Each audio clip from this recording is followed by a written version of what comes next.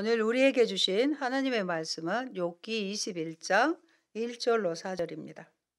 합독하겠습니다. 욥이 대답하여 이르되 너희는 내 말을 자세히 들으라. 이것이 너희의 위로가 될 것이니라. 나를 용납하여 말하게 하라. 내가 말한 후에 너희가 조롱할지니라. 나의 온망이 사람을 향하여 하는 것이냐. 내 마음이 어찌 조급하지 아니하겠느냐. 아멘. 오직 예수님, 예수 그리스도의 은혜와 평강이 넘칠지어다. 아멘. 오늘 말씀은 욥기 21장 1절로 4절이고요. 설교의 제목은 공감은 참 좋은 건데. 공감은 참 좋은 건데. 뭔가 좀 아쉽잖아요. 말씀을 드리려고 합니다. 설악산의 마지막 지게꾼인 임기종 씨는 힘들게 번 돈을 대부분 자신보다 어려운 이웃을 위해 쓰고 있습니다. 왜 그럴까요? 요양시설, 장애인 학교에 이문품을 전달하고 독거 노인들의 생필품을 제공하고 때로는 효도 관광도 해드리면 좋아하시는 모습을 보고 보람을 느꼈다고 합니다. 그의 아들이 지적 장애 1급인데 장애인 요양시설로 옮겨서 음료와 과자를 전달했을 때 아들이 좋아하는 모습에 행복감을 느꼈다고 합니다. 그때 내 것을 나누면서 더 많은 사람이 행복해진다는 사실을 알게 되었답니다. 그래서 24년째 그 일을 하고 있습니다. 사람들은 미쳤다, 노후 대책이라 세우라고 하지만 선행을 하면 너무 기쁘고 행복해서 70세까지 마지막 지게꾼으로 일하려고 한답니다. 우리는 가까운 가족끼리도 왜 공감을 못할까요? 공감은 참 좋은데. 구례 산동에 가면 산수유 마을이 있습니다. 산수유가 건강에 좋은데 특히 남자에게 좋다는 말을 남자에게 참 좋은데 하면서 말을 생략하는 광고가 있었습니다. 직접 먹어보면 안다는 것이죠. 그런데 사람 사이에 인간관계에서 공감처럼 좋은 게 없습니다. 공감을 잘 하려면 잘 들어야 합니다. 경청이라고도 하지요. 귀를 기울여 듣는 것입니다. 성공한 사람들의 7가지 습관을 쓴 스티브 코빈의 경청의 5가지 단계는 무시하기, 듣는 척하기, 선택적 듣기, 귀 기울여 듣기, 공감적 경청이 있습니다. 그 중에 공감적 경청은 상대의 마음을 관통하는 공감 기술이라고 할 수 있습니다. 어린 왕자에 나온 말입니다. 세상에서 가장 어려운 일이 뭔지 아니? 글쎄요. 돈을 버는 일? 밥 먹는 일? 세상에서 가장 어려운 일은 사람이 사람의 마음을 얻는 일이란다. 오늘 본문의 욥은 온전하고 정직하여 하나님을 경외하고 악에서 떠난 사람으로 어려운 사람들을 위해 선행을 펼쳤습니다. 그런 그를 하나님이 사탄에게 자랑을 하심으로 그를 두르고 있는 모든 재물과 자녀들까지도 도미노 현상처럼 한꺼번에 잃어버렸습니다. 자신의 건강까지 온몸에 악창이 나서 견딜 수 없는 가려움을 기아장으로 몸을 긁고 있었습니다. 절망으로 말미암아 발현된 우울증의 전형적인 모습이라고 신동혜 교수님은 성경으로 바라본 정신질환이라는 책에서 말씀하셨습니다. 제가 최근에 읽었던 책입니다. 질그릇으로 긁고 있다는 것은 욥이 모든 의욕을 상실했음을 보여주고 있습니다. 그의 의식이 남아 있었다면 의원을 찾아갔거나 혹은 그동안 그가 도와주었던 무수한 사람 중에 하나를 찾아갔을 것입니다. 하지만 그는 정신질환이 발병했고 의식은 이미 주인의 자리에 있지 않았습니다. 그럼에도 욥의 무의식은 놀랍게도 신앙으로 채워져 있음을 봅니다. 그 상황에서 순결함을 잃지 않고 있는 욥에게 돕는 자 아내는 하나님께 욕하고 죽으라고 합니다. 욥의 아내도 예상 후 스트레스로 먼저 정신질환이 찾아왔고 남편이 병들었을 때는 주주의 말을 퍼붓게 되는 것입니다. 피골이 상접한 모습을 보고 욥의 친구들은 일주일을 아무 말 없이 함께 밤낮 7일을 재에 앉아 있었습니다. 7이라는 수가 성경에서 신과 세상의 협력으로서 완전함을 의미하는 수입니다. 신하고 세상의 협력으로 완전함을 의미하는 바와 같이 욥이 회복될 때까지라는 7일이라는 의미에는 그런 의미도 있습니다. 욥기는 우울증의 해결 방법으로 첫째, 공감하기. 둘째, 충조 평판 안 하기. 아시지요? 충고, 조언, 평가, 판단이라는 요즘의 신조어입니다. 셋째, 묵묵히 도와주기로 요약할 수 있습니다. 이스라엘의 전통적인 지혜자들은 고난을 당하는 것이 죄의 증거라는 정통 교리를 가지고 있었습니다. 하나님께서 욥에게 고난을 허락하신 이유는 욥이 죄가 있었기 때문이라고 충고함으로써 욥의 개인적인 의에 대한 자부심에 상처를 줍니다. 욥은 급기야 너희는 내 말을 자세히 들으라고 합니다. 오늘 본문을 세번역 성경으로 보겠습니다. 너희는 내 말을 건성으로 듣지 말아라. 너희가 나를 위로할 생각이면 내가 하는 말에 귀를 기울여라. 그것이 내게는 유일한 위로이다. 내게도 말할 기회를 좀 주어라고 항변하고 그 전에 19장 3절에서 너희가 10번이나 나를 학대하고도 부끄러워 아니하는구나 하고 고통을 토로합니다. 고난당한 자에게 건성으로 듣지 말고 경청해 달라는 요청입니다. 그리고 귀를 기울여 줄 때 위로를 받는다고 합니다. 그리고 말할 기회도 달라고 합니다. 내 호소를 좀 들어줘. 들어주는 것만도 위로가 되겠다고 욥은 말합니다.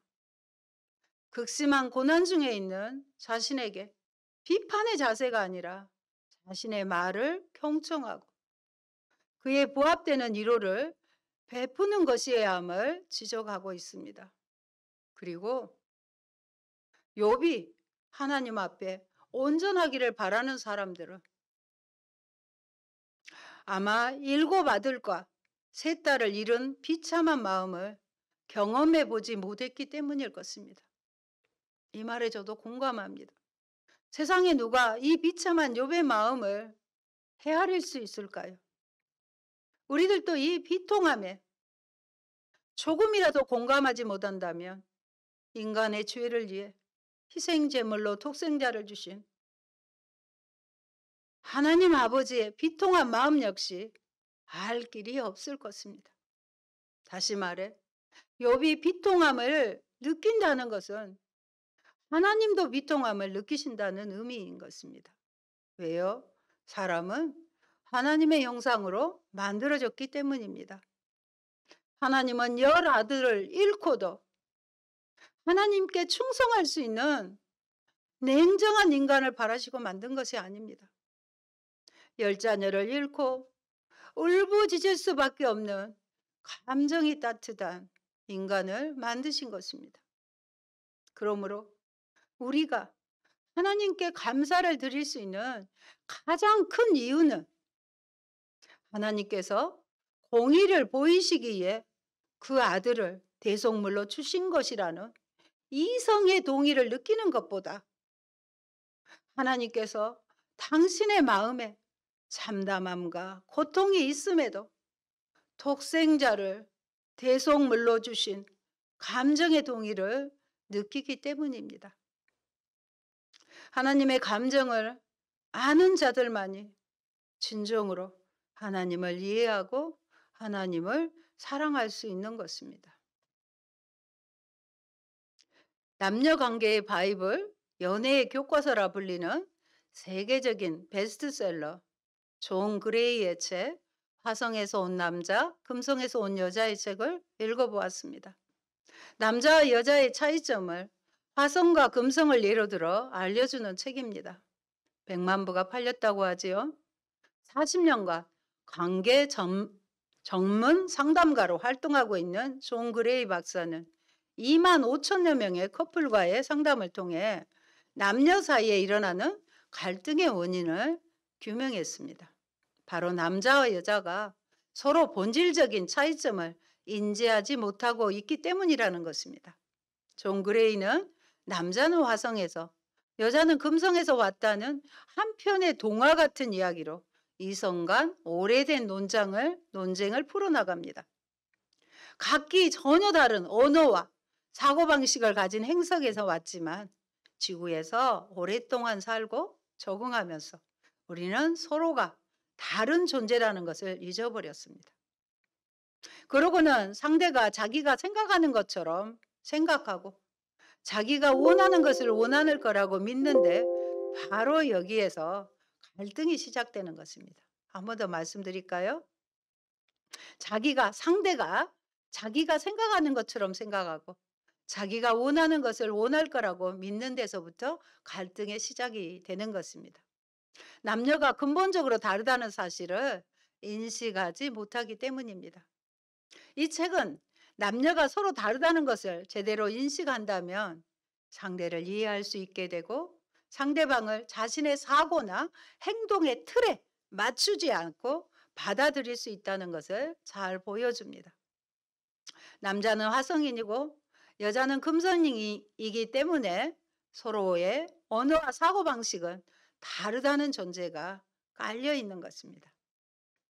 공감의 능력은 개인마다 많은 차이가 있지만 특히 남자와 여자의 차이가 큽니다. 드디어 욥기 38장부터는 하나님께서 이 모든 일에 대하여 자신의 뜻을 말씀하시기 시작하십니다. 하나님이 개입하시죠. 하나님께서는 욥의 고통을 아셨고 욥을 공감하셨고요. 욥이 이해할 수 있는 방식으로 자신을 계시하셨습니다. 오늘날도 욥과 같은 고통과 고난을 받는 모든 자들에게도 이렇게 행하시는 하나님이십니다. 내가 안다. 다 아신다고 하십니다. 욥기는 인간에게 왜 고난이 필요한가를 보여주고 있습니다. 육체를 갖고 있는 인간에게 하나님께서 원하시는 것은 우리의 마음에서부터 우러나오는 긍휼입니다. 불쌍히 여기는 것입니다. 진정한 긍휼은 육체의 고난 없이 얻어질 수 있는 것이 아니라는 것입니다. 생각으로 되는 건 절대 아닙니다. 사람들은 예수님의 고난을 이해하지 못합니다.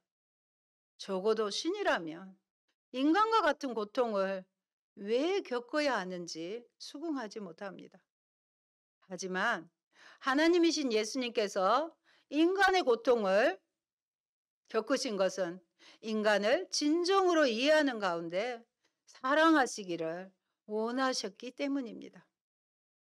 이성만이 아닌 감성으로도 하나님을 이해하셨기 원하셨기에 예수님은 인간의 몸을 입으시고 십자가의 고난을 당하신 것입니다. 하나님은 정신질환으로 고통받는 욥의 마음을 새 친구들이 이해해주고 공감해주길 원하셨습니다.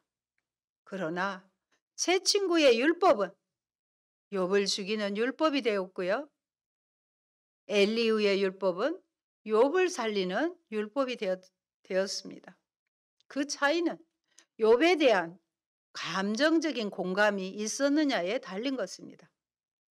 여러분, 기독교의 신앙은 예수님의 십자가에서의 죽음으로 세워졌습니다. 그러기에 더욱 고난을 당하는 자의 마음, 믿음이 연약한 자들의 마음, 죄인의 마음을 먼저 이해해야 할 것입니다.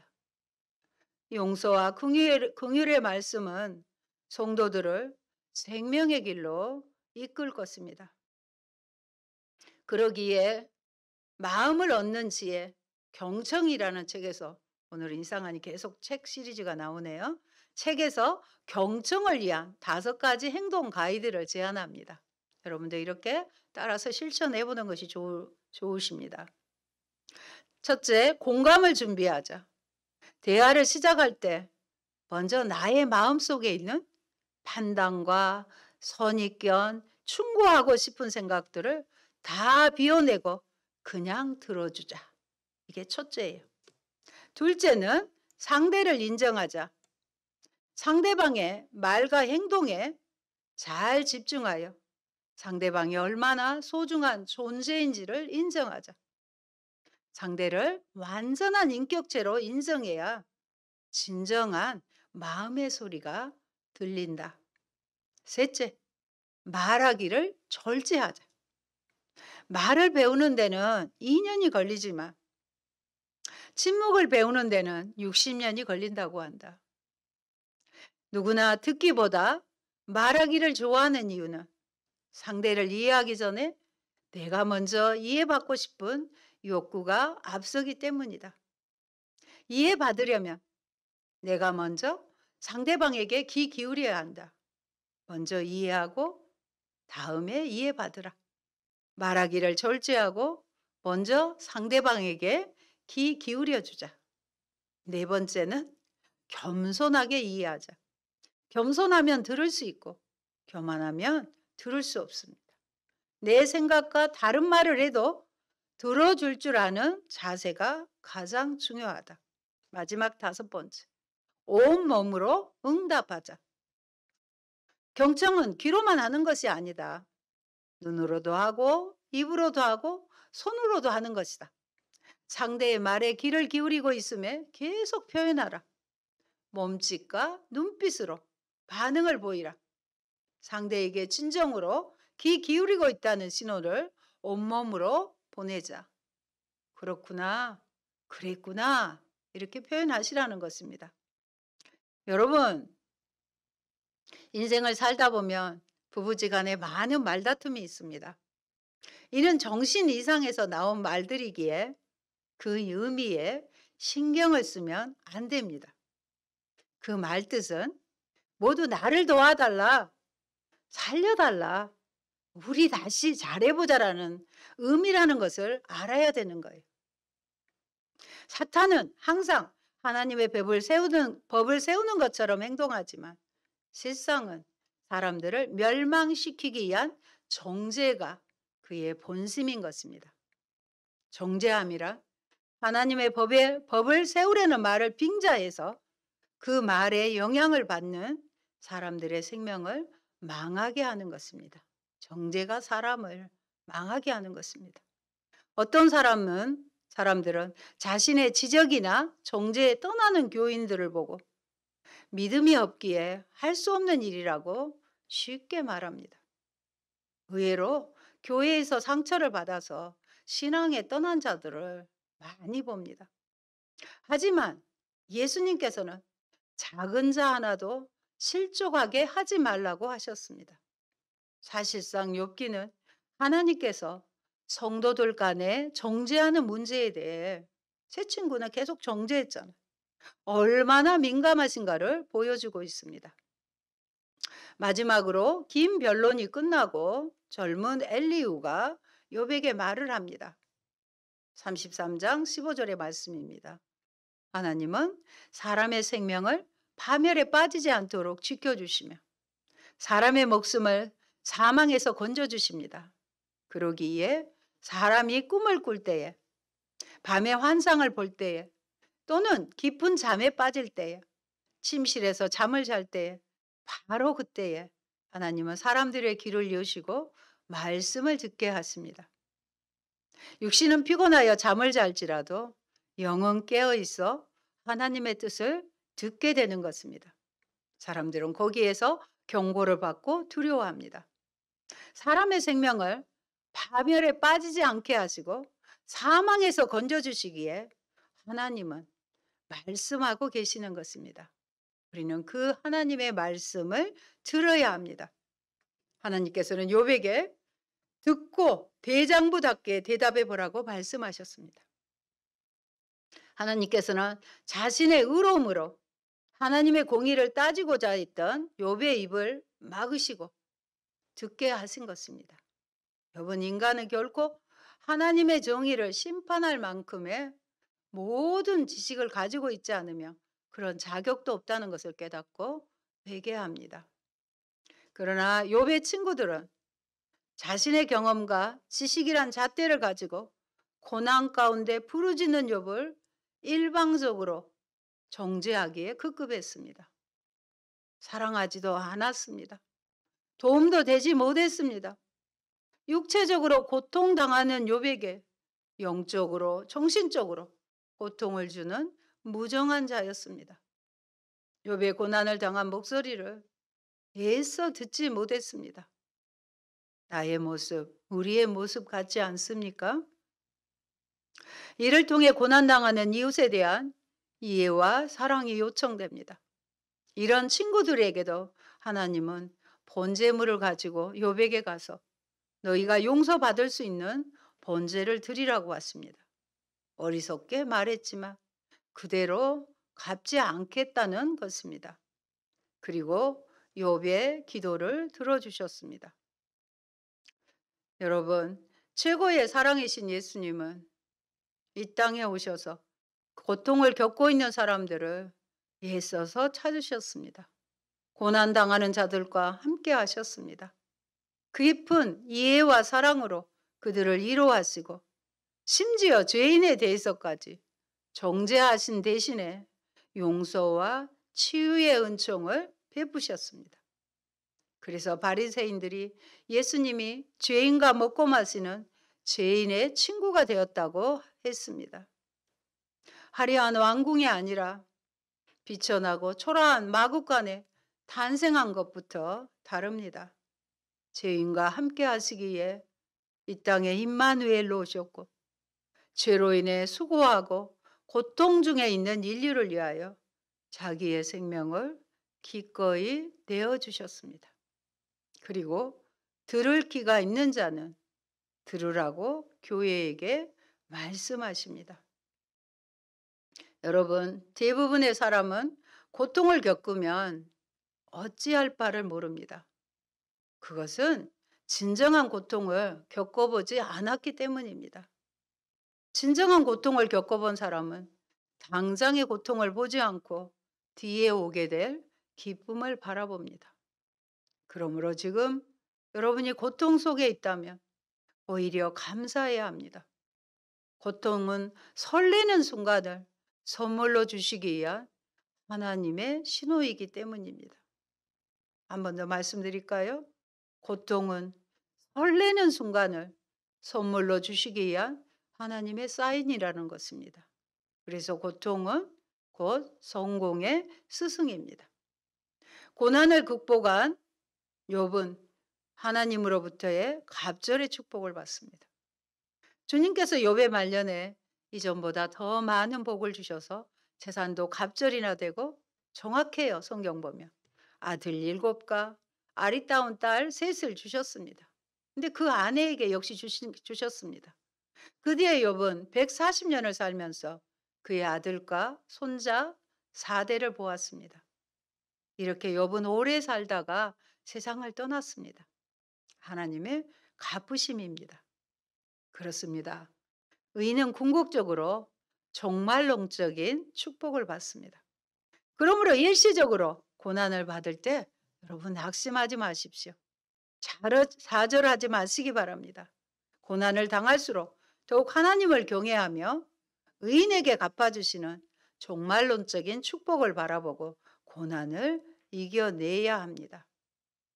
사랑하는 여러분, 우리가 성도를 권면하는 것은 영혼을 살리기 위한 것이죠.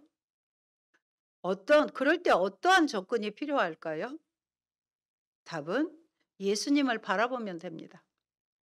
내가 누군가를 정죄해야 한다면 예수님처럼 그를 정죄한 후에 그 사람의 죄악을 위해 목숨을 내어주면 됩니다.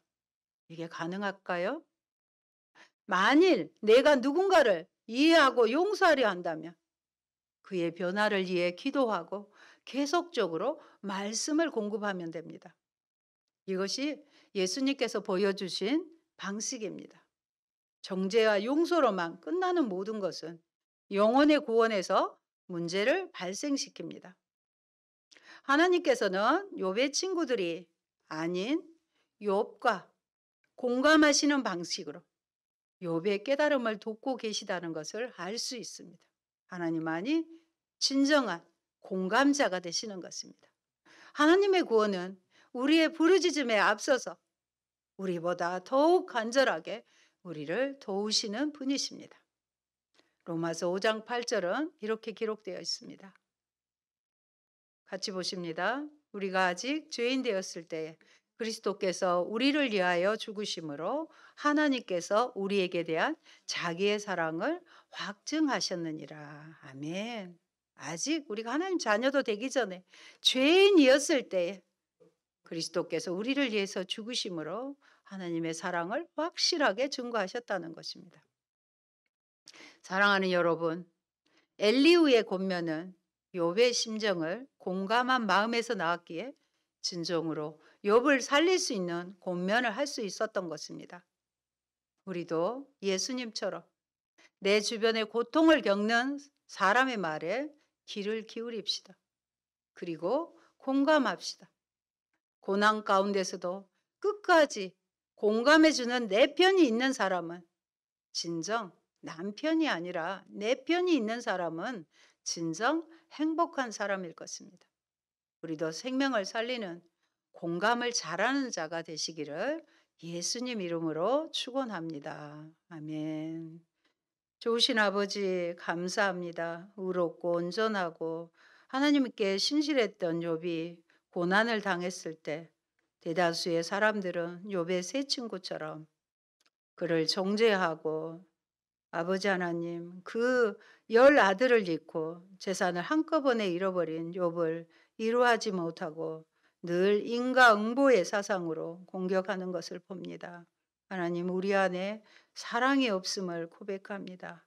그러나 우리 하나님 아버지는 독생자 예수 그리스도를 보내주시고 마음 아파하시면서 대속의 제물로 주신 그 하나님의 사랑으로 욥을 위로하고 결국은 회복시켜 주시는 욥기의 말씀을 저희가 들었습니다.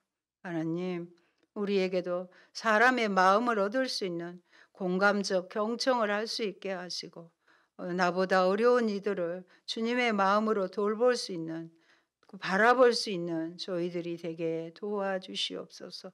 행여 비판하거나 정죄하는 일이 절대 있어서는 안 되게 저희들을 은혜의 손길로 아버지 인도하여 주옵소서. 주님이 저희를 용서해 주셨기에 우리 또한 다른 이들을 용서할 수 있는 그러한 자, 하나님 보시기에 진정한 공감적 경청을 잘하는 사람의 마음을 읽어내고 그들을 생명의 길로 인도해내는 복된 자들이 되도록 이끌어 주시옵소서. 예수님 이름으로 기도합니다. 아멘.